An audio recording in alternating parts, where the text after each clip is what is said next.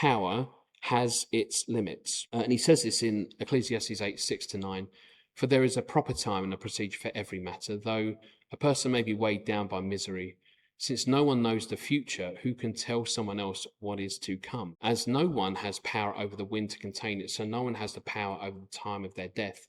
As no one is discharged in time of war, so wickedness will not release those who practice it. I think it should be 9 as well, isn't it? I do have 9.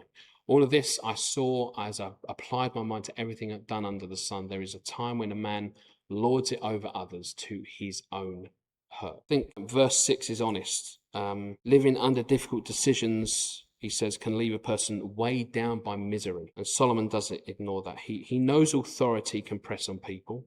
He knows waiting for the right time can be hard. He knows obedience can feel heavy. But then he places that heaviness inside a larger reality. No one knows the future. He says, since no one knows the future, who can tell someone else what is to come? Leaders make plans. Workers make plans. Governments make plans. Families make plans. But none of us can guarantee tomorrow. Hence why they're called.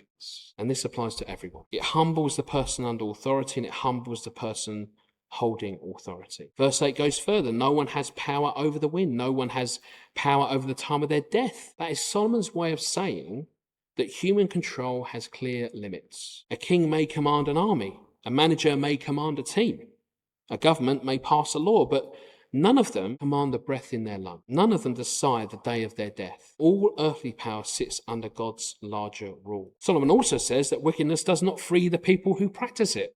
And that's a warning to anyone who's tempted to use power selfishly. Sin can be confused with strength. It might even look like you're getting your own way. But what it does is it binds people. It doesn't release them. Those who use authority, he says, for selfish ends, are not as free as they think. Although to us it may seem like it. It may seem like so many people are getting away with so much. But verse 9 brings a conclusion that is probably quite sobering. There's a time when a man lords it over others to his own hurt.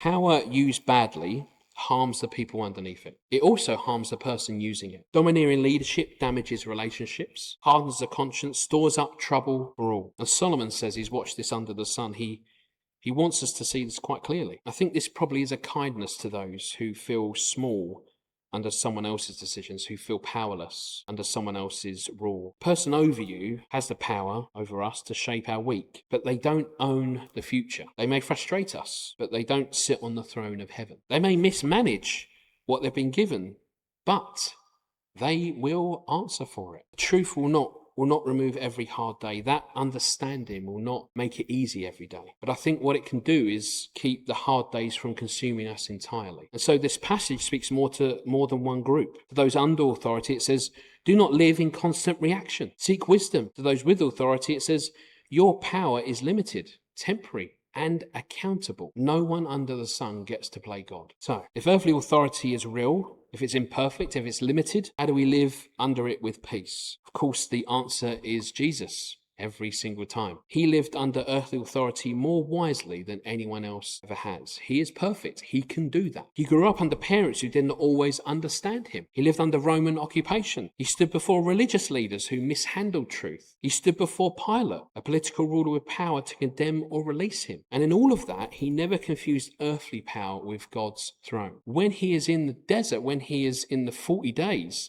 the devil tempts him with having authority over the earth. Jesus knows this is not what he wants. It's not what he needs. That Jesus is going to be on the throne, have all authority over all things. He knew this earthly power is really just a myth. It's fake. It's not real. And in fact, it was really that the devil was trying to be above Jesus and say, I will control you. You can have this, but you will be answerable to me.